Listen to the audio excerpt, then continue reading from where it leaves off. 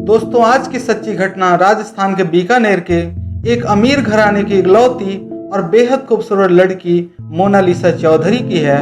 उसके पास पैसों की कोई कमी नहीं थी। उसके माता पिता उसकी हर ख्वाहिश तुरंत पूरी करते थे।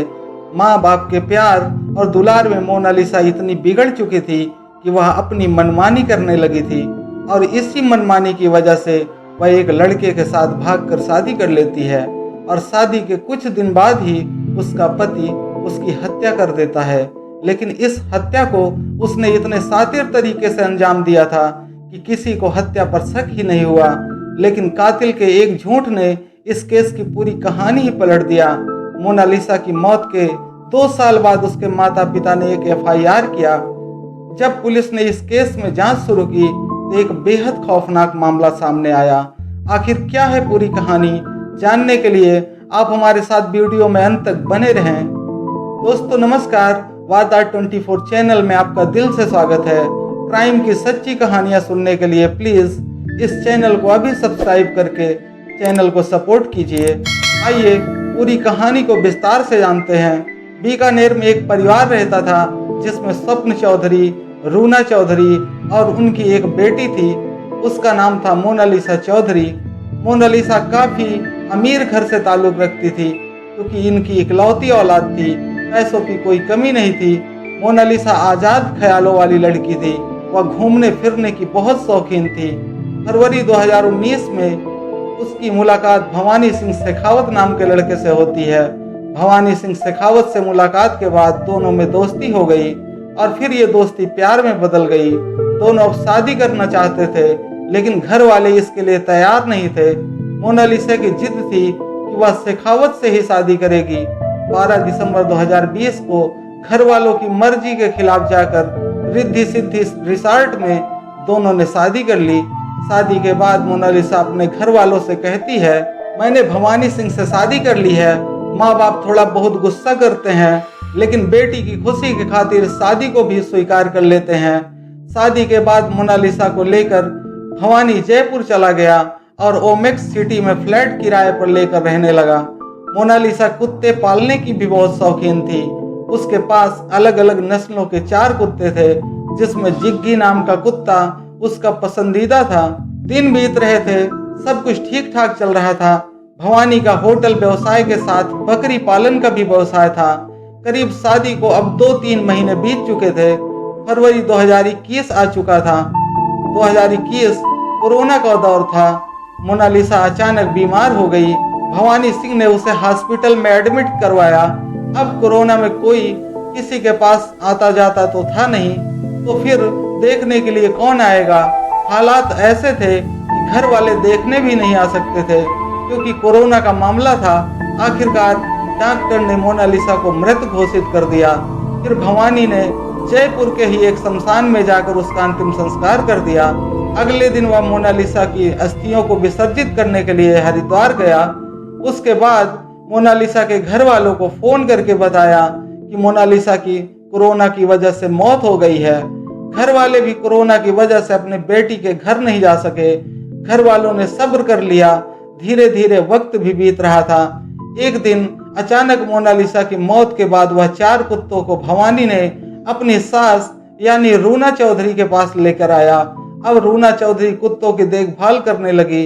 लेकिन कुछ दिन बाद अचानक रूना चौधरी की भी तबीयत थोड़ी खराब रहने लगी। अब उन्हें लगा कि बीच बीच में अस्पताल भी जाना पड़ेगा। इधर इन 4 कुत्तों का कौन ख्याल रखेगा। तो उन्होंने भवानी से कहा कि तुम यह 4 कुत्ते किसी और के देखभाल के लिए दे दो। दामाद ने कहा ठीक है। उसने 3 कुत्ते अपने एक दोस्त को दे दिए और चौथा कुत्ता जिग्गी को अपने पास रख लिया। धीरे धीरे वक्त बीत रहा था। अब रूना चौधरी ठीक हो गई।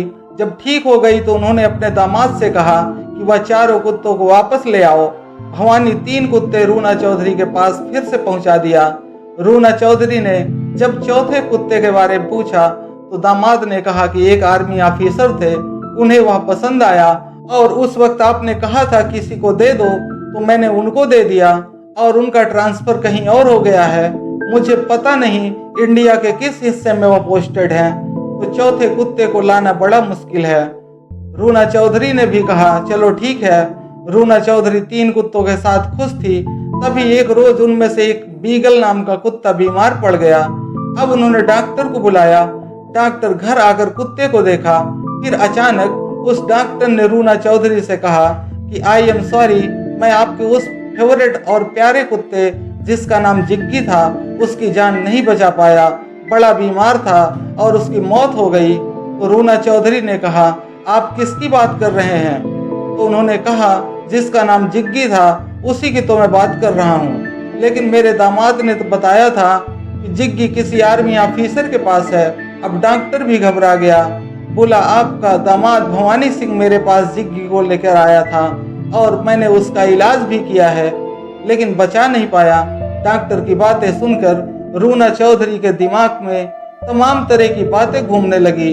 जब दामाद वापस लौटा तो उन्होंने पूछा कि उस चौथे कुत्ते का तुमने क्या किया? तो उसने बताया कि एक आर्मी ऑफिसर को दे दिया। तब रूना चौधरी ने कहा कि तुम झूठ बोल रहे हो, उसकी तो मौत हो चुकी है। जिस डॉक्टर से तुमने जिग्गी का इलाज करवाया था उसने मुझे सब बता दिया है। अब वह डर गया, फिर बहाने बनाने लगा। तब रूना चौधरी ने दामाद से पूछा, अब मुझे शक हो रहा है, जिस तरीके से जिग्गी को मारा वैसे ही मेरी बेटी को भी मारा होगा। दामाद अपनी सफाई देने लगा, लेकिन रूना ने कहा, मुझे तुम्हारी किसी बात पर भरोसा नहीं है। अब उन्होंने उन सारी चीजों को याद किया और एक एक कड़ी को जोड़ना शुरू किया। जिग्गी को लेकर उसने झूठ बोला, मोनालिसा की मौत कोरोना से हुई, किसी भी बात पर यकीन नहीं किया जा सकता। उन्होंने अपने पति को सारी बातें बताई। पति स्वप्न चौधरी को भी बहुत सारी चीजें अटपटी लग रही थी। उनकी बेटी बिल्कुल ठीक ठाक थी, फिर अचानक कैसे बीमार पड़ गई। मोनालिसा के परिवार वालों ने 21 नवंबर 2022 को सदर थाने में मोनालिसा की हत्या का केस दर्ज करवा दिया। अब 2 साल बीत चुके थे। पुलिस ने जांच करनी शुरू की। सबसे पहले भवानी सिंह शेखावत से पूछताछ हुई। भवानी ने पूरा स्टेटमेंट दिया कि 4 फरवरी को बीमार पड़ी, फिर हॉस्पिटल में एडमिट करवाया, डॉक्टर ने कोरोना बताया, तो 2 दिन के बाद उसकी मौत हो गई। शेखावत की मां से भी पूछताछ की गई। अब मां बेटे के बयान में वाकई अलग अलग बातें थी। फिर पुलिस की टीम हॉस्पिटल पहुंची। हॉस्पिटल में जो लोग कोरोना की वजह से मर गए थे उनकी लिस्ट निकाली गई, लेकिन उनमें कहीं मोनालिसा का नाम नहीं था। फिर भवानी से पूछा गया कि कौन से शमशान में तुमने अंतिम संस्कार किया है, तो उसने निगम शमशान का नाम लिया। फिर पुलिस शमशान पहुंची तो पता चला कि शमशान में कोई ऐसी आईडी प्रूफ या ऐसा कोई नाम नहीं दिया गया। अब बड़ी परेशानी यह थी कि पुलिस को पुख्ता सबूत नहीं मिल रहा था और सिर्फ हवा में किसी को अरेस्ट नहीं कर सकते थे। पुलिस की तफ्तीश चलती रही।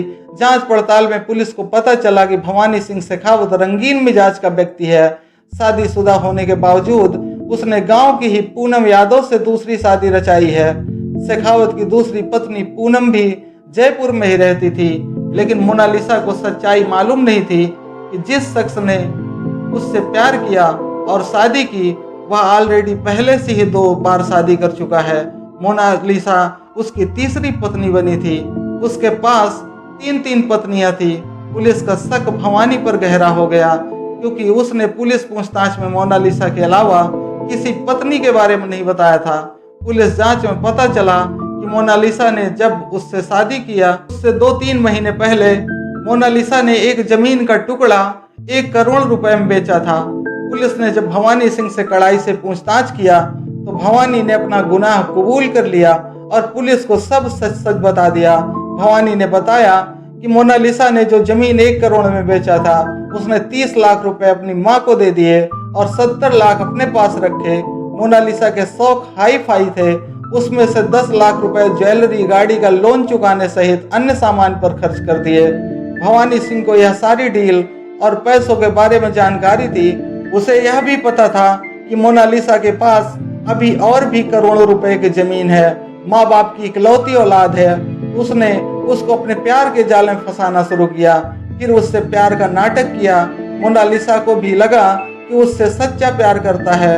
फिर दोनों करीब आए, दोस्ती हुई और दिसंबर में एक मंदिर में दोनों ने शादी कर ली। लेकिन असली नियत और नजर उसके पैसों पर थी। भवानी सिंह रंगीन मिजाज का व्यक्ति था, लेकिन मोनालिसा इस बात से अनजान थी। उसको नहीं पता था कि भवानी सिंह पहले से ही शादीशुदा था। शादी के बाद भवानी मोनालिसा के साथ बीकानेर में रहता था। भवानी शादीशुदा होने के बावजूद उसने गांव की ही पूनम यादव से दूसरी शादी रचाई। उसके बच्चों की शिक्षा का खर्चा और मकान के किराए का 40,000 महीने का खर्च खुद दे रहा था, लेकिन बीकानेर में रहने के कारण अपनी दूसरी बीवी बच्चों को ज्यादा टाइम नहीं दे पा रहा था। भवानी की दूसरी पत्नी पूनम भी जयपुर में ही रहती थी। भवानी ने एक फैसला किया मोनालिसा को भी जयपुर लाने का। तब शादी के बाद मोनालिसा को लेकर भवानी जयपुर चला गया और ओमेक्स सिटी में फ्लैट किराए पर लेकर रहने लगा। वह गर्भवती हो गई। भवानी की दूसरी पत्नी पूनम भी जयपुर में रहती थी।